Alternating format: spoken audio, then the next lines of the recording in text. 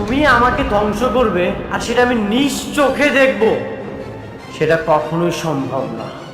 দেখো তুমি কি করতে পারো, যাও। কাজটা কি তোমাদের দেবে নাকি দেবে না? কাজটা আপনি দেন। জি, আমি রাতুল বলছি। এখানে অনেক ঘটনা আছে, আমি আপনার পরে সব খুলে করব। আমরা আমাদের নিউ প্রজেক্টের দায়িত্বটা আপনাকে দিতে চাই। আমার শত্রুকে কাজ দিয়ে আমার এত বড় ক্ষতি করেছে, তার সাথে আমি আর কোনো সম্পর্ক রাখতে চাই না। শর্ত বেশি কিছু না, এই জুতাটা দিয়া নিজেকে গালে জুতা মারো। তুমি কি আমার সাথে প্রতিশোধ নিচ্ছ? আসলে কি জানো, অকৃতজ্ঞরা কখনো উপকার স্বীকার করে।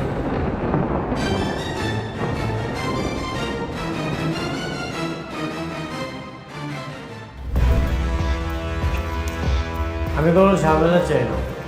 This is one way road. তোমাদের গাড়িটা রং সাইড আছে, তোমার গাড়িটা পিছাও।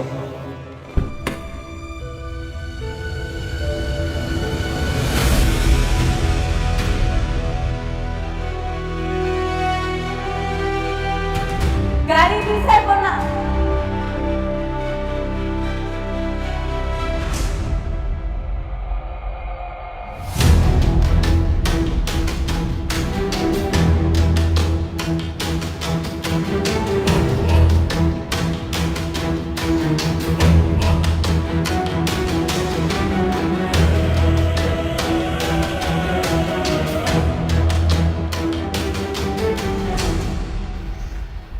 ও তুমি পিঁপড়ার দেখি পাখা গজিয়েছ। পিঁপড়ার না, এই মেঘলার পাখা অনেক আগেই গজাইছে, সেটা আপনি দেখতে পান। ন্যূনতম পড়াশোনাটুকু তো করনি। কোনটা ওয়ান ওয়ে রোড কোনটা টু ওয়ে রোড সেটাও হয়তো জানো না। তোমার গাড়িটা রং সাইড আছে, তুমি গাড়িটা পিছাও। রাস্তা যাইলেই হোক, আমি একবার কইলাম না আমার গাড়ি এক পাও পিছাইব, এইটাই আমার শেষ কথা। নতুন নতুন গাড়িতে চড়ে কি অহংকার বেড়ে গেছে?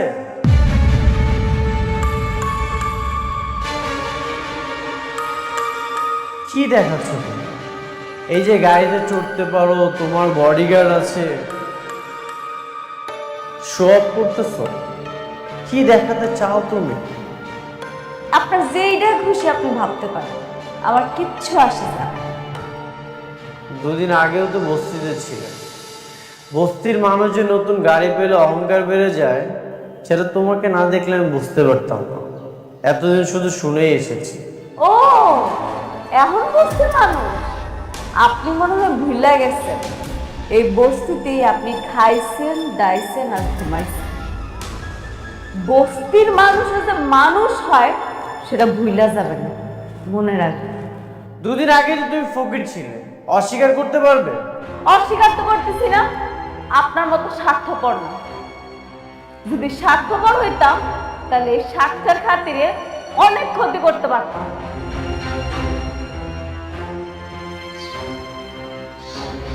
আর কি ক্ষতি করতে চাও তুমি? হ্যাঁ, আবার জুতা তুলবা? এখন তুমি আমাকে জুতা দিয়ে মারবা? তুমি আমার এইখানটা দাগ রাখিয়েছ, তুমি ভুলে যেও তুমি আমার ওয়াইফ। আর যদি উল্টাপাল্টা কিছু করো, আমি কিন্তু বাধ্য হবো তোমাকে ডিভোর্স দিতে।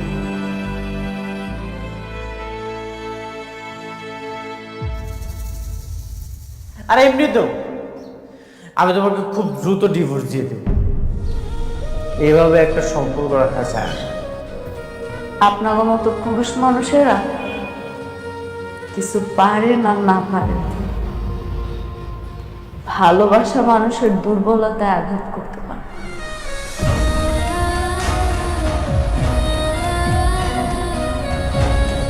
একটা মেয়ে কখনোই তার সংসার ভাঙতে চায়, তার সংসার ঘুরতেছে। এত কিছুর পরেও আমি মুখ বুঝে সব কিছু চুপচাপ সহ্য করছি। আপনি ঠিকই করেছেন মিস্টার অনিক, আপনি সবসময় ঠিক ছিলেন, আমি ভুল ছিলাম, আমি অহংকারী। আপনার রাস্তায় কাটা হয়ে দাঁড়াইছি তো, এই কাটা সইরা গেল,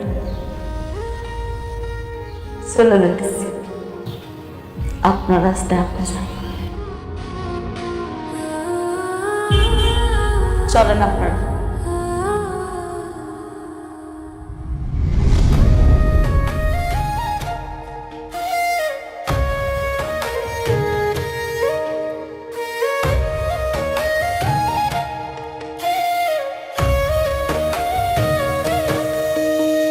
ভাগ্যবনে পাইলাম তোমায়, ভাগ্যে তো আর রইল না।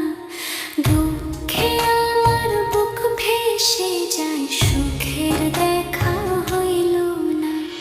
তবু আমি তোমার আশায় কাঁদি দিবারাত্র। সুখে থেকো, ভালো থেকো বলি, ঘরের রাজপুত্রে। ও সুখে থেকো, ভালো থেকো বলি, ঘরের রাজপুত্রে। আঙ্কেল, সব ডিল তো ফাইনাল, এখন শুধু সময়ের অপেক্ষা। কাজ করবো আর টাকা কামাবো। এবার আমি 100 কোটি টাকার মালিক হব। বাহ,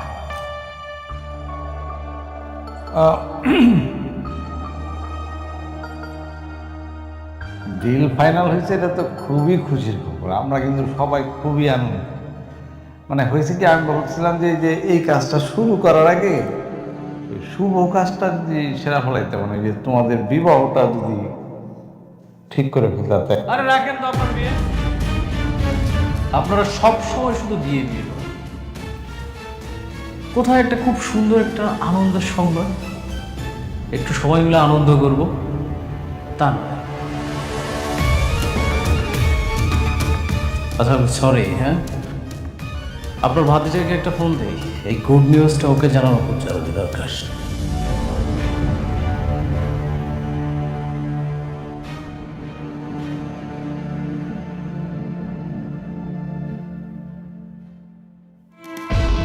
তুই আমাকে কেন কল করেছিস? কি বন্ধুকে অভিনন্দন জানাবি না? আমি তো শালিমা গ্রুপ অফ ইন্ডাস্ট্রিজের প্রজেক্টটা পেয়ে গেছি। কি মিষ্টি খাবি না? মিষ্টি নিয়ে আসবো তোর জন্য। কেন কল করছিস সেটা বল। কেন কল করেছি জানিস না? তোর বউ সেই প্রজেক্টটা তোকে না দিয়ে আমাকে দিল। একটা জিনিস কি জানিস, তোর বউ না তোর ভালো চায় না। এই বিষয়টা না আমার কাছে কেন কত যে আনন্দ লাগতেছে। আনন্দ হচ্ছে, এই আনন্দের অবশ্যই একদিন আমি জবাব দেব। শোন, তুই আমার একটা চুলও ছিঁড়তে পারবি না। যদি ছিঁড়তে পারিস তাহলে ছিঁড়িস। তুই দেখবি একদিন আমি অনেক টাকা মালিক হব, কোটি কোটি টাকার মালিক। তখন তোর বড় লোক শ্বশুর আছে না, তোর বড় লোক শ্বশুরের থেকেও আমার একটা বড় কোম্পানি থাকবে, আর তুই আস্তে আস্তে ধ্বংস হয়ে যাবে। ঠিক আছে, আমিও দেখতে চাই তুই আমার কি করিস। তোদের সবাইকে আমি একে একে জবাব দেব, কেউ রেহাই পাবি না। আমি অপেক্ষায় থাকলাম তোর কল্পিত সময়ের, দেখবো তুই কি করতে পারিস। ওকে, গুড বাই, টাটা বন্ধু, ভালো থাকিস।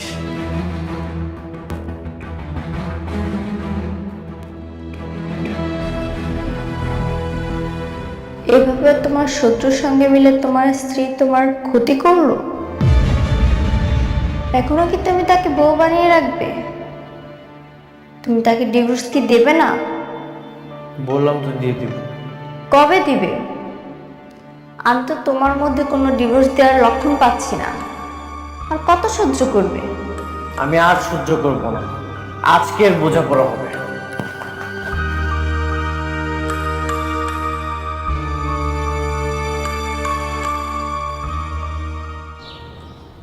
মেঘলা, মেঘলা,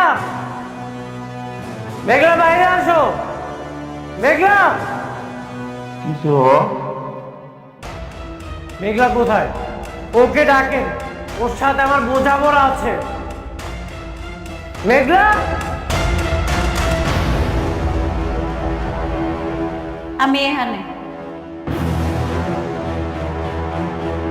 কি বোঝাপড়া আছে কম? আমার জীবনের সবচেয়ে বড় ভুল কি জানো? আমার জীবনের সবচেয়ে বড় ভুল হচ্ছে তোমার মতো একটা মেয়েকে বিয়ে করা। এরা আমারও ভুল। তোমার মতো কোটিপতির বিয়া কইরা আমি আমার জীবনটা শেষ করে ফেলাইছি। তোমার তো সৌভাগ্য যে আমি তোমাকে বিয়ে করেছি। আর এই যে আপনারা একটা অকৃতজ্ঞ। অকৃতজ্ঞ আমরা? কি করছি আমরা? আর তুমি আমাকে জন্য কি করছো? 7 তালাকি দালান বাইন্দা দিছ, আর এই দালানে আমরা শুয়ে বসে আরাম করি, দাসী বান্দিরা কাম করে, তাই তো? কি বললেন? আমি আপনাদের জন্য কি করেছি, কি করি না সেইটা বলেন। বাবারে, আমরা জানতাম না তুমি কোটিপতি, আর এটা যাই না আমার মেয়ের তোমার কাছে বিয়া দিই নাই। শোনো, টাকা পয়সা দিয়া সবকিছু হয় না, সবকিছুর মাপকাঠি না। ও আচ্ছা, এখন টাকা যে কোনো কিছু মাপকাঠি হয় না। এই যে আপনারা আমাকে ধ্বংস করার প্ল্যানিং করেছেন। প্ল্যান? কি কাম?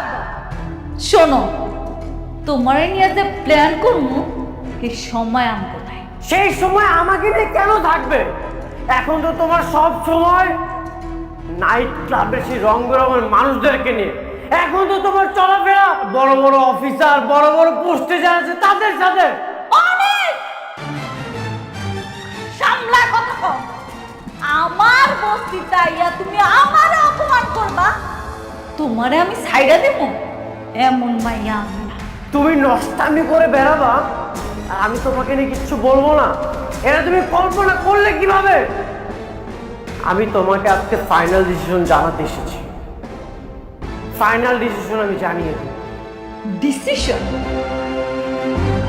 কি কি ডিসিশন তুমি দিতে চাও শুনি? আমি তোমাকে ডিভোর্স দিতে চাই। আমি তোমাকে ডিভোর্স দিয়ে আমার ভুল থেকে আমি মুক্তি পেতে চাই। আমি সেই দিনই বুঝতে পারছিলাম, যেদিন তুমি আমার চোখের সামনে টাকার জন্য আরেকটা মেয়ের বিয়া করে ফেলাইছো।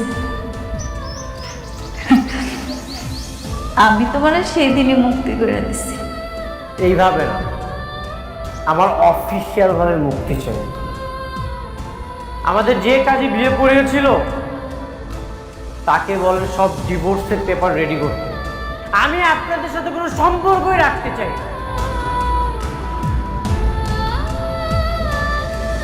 আমাকে ধ্বংস করার জন্য নিজের ইজ্জতটা ব্যবহার না করলেও পারতে।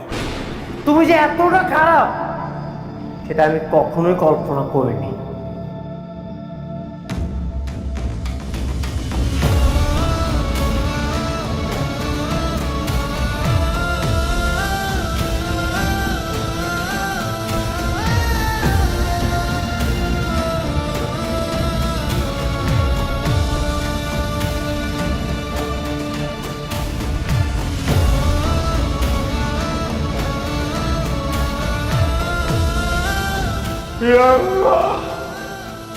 আমার জন্য আজকে আমার মেয়ের সংসারটা নষ্ট হয়ে গেল।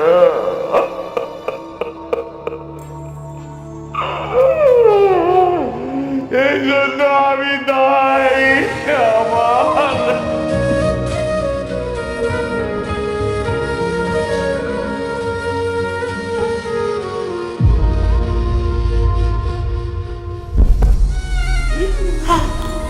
আল্লাহ, বাবা, কি হলো এটা? আমারে করে না আমারে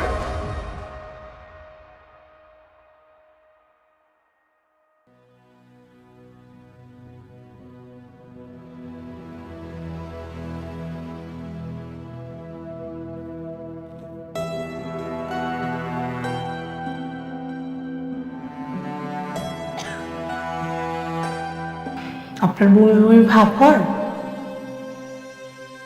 আচ্ছা, খাওয়া দাওয়া রুচি আছে? বুঝতে পেরেছি।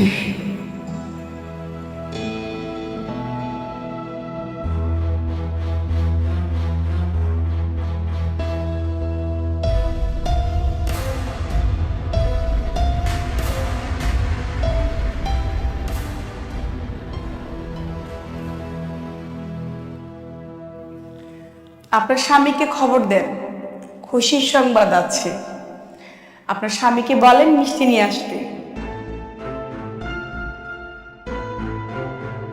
কি সুখবর ডাক্তার সাহেব? নতুন মেহমান আসতে চলেছে, আপনি মা হতে চলেছেন।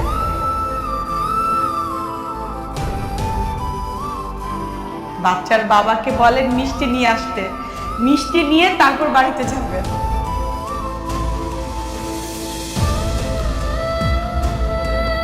কি কি আপনি এগুলো কি কইতাছেন? আমি আমি গর্ভবতী। আব্বা, ম্যাডাম, আমার জামাইয়ের লাগে তো আমার কোনো যোগাযোগই নেই। মানে মানে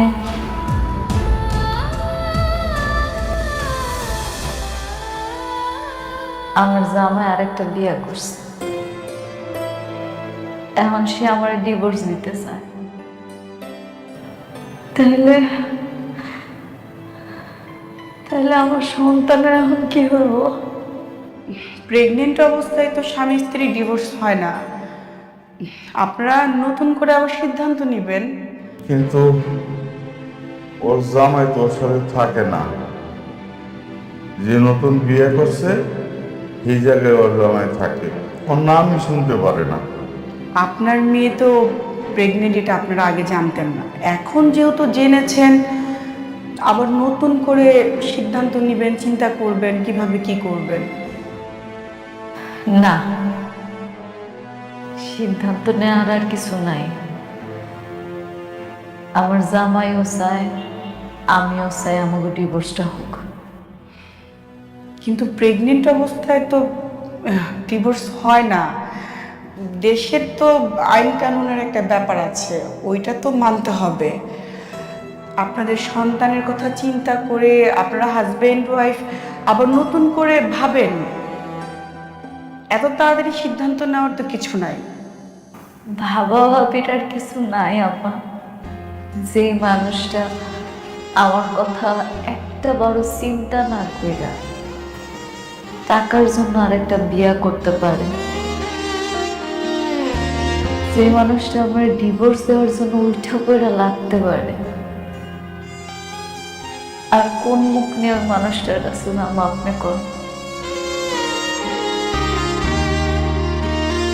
না, আমি আর যাব না। পৃথিবীতে তো এমন অনেক সন্তান আছে যারা জন্মের পর বাপ মা কাউরে দেখায় না, তাই বলে তারা কি বড় হয় না, মানুষ হয় না? আমি আমার সন্তানের জন্য আছি, আমি ওরা বড় করব, ও জানবো ওর কোনো বাপ নাই। আপনারা যেটা ভালো মনে করেন, আমার যেটা ভালো বলার ছিল আমি বললাম।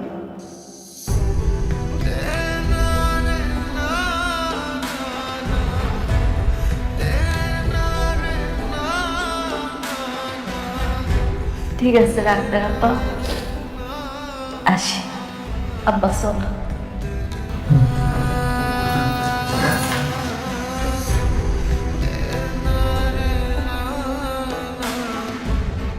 মারে তুই জামাইরে তালাক দিস না, তোর পেটে যে সন্তানরা আছে তার তো বাবার আদর দরকার, তাই না? তুই যদি তালাক দিয়ে দিস তাহলে তোর বাবার আদর পাইব না। আব্বা,